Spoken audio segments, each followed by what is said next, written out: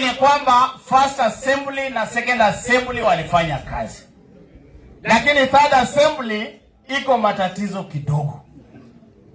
Na vile mmesikia sauti ya kwamba mambo inakuja 2027, sisi wote kama sisi watu wa Nambale tumesema kwa kauli moja, kura yetu inaenda kwa kikapu moja, na hiyo kikapu kwa ugavana ni ya Arthur Amu Osia. Semeni Arthur Amu Osia. Mko tayari kumpigia kura? Nikirudi Nambale niambie watu wa Nambale, watu wa Bunyala wanasema namna gani? Mnasema namna gani? Wanasema namna gani? Osia new term.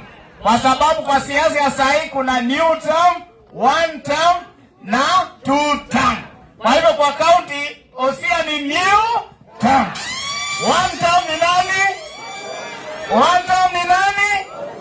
Nataka mseme mpaka Otoma kwa hapa jirani asikia kwamba yeye ni one term. Si namna hiyo?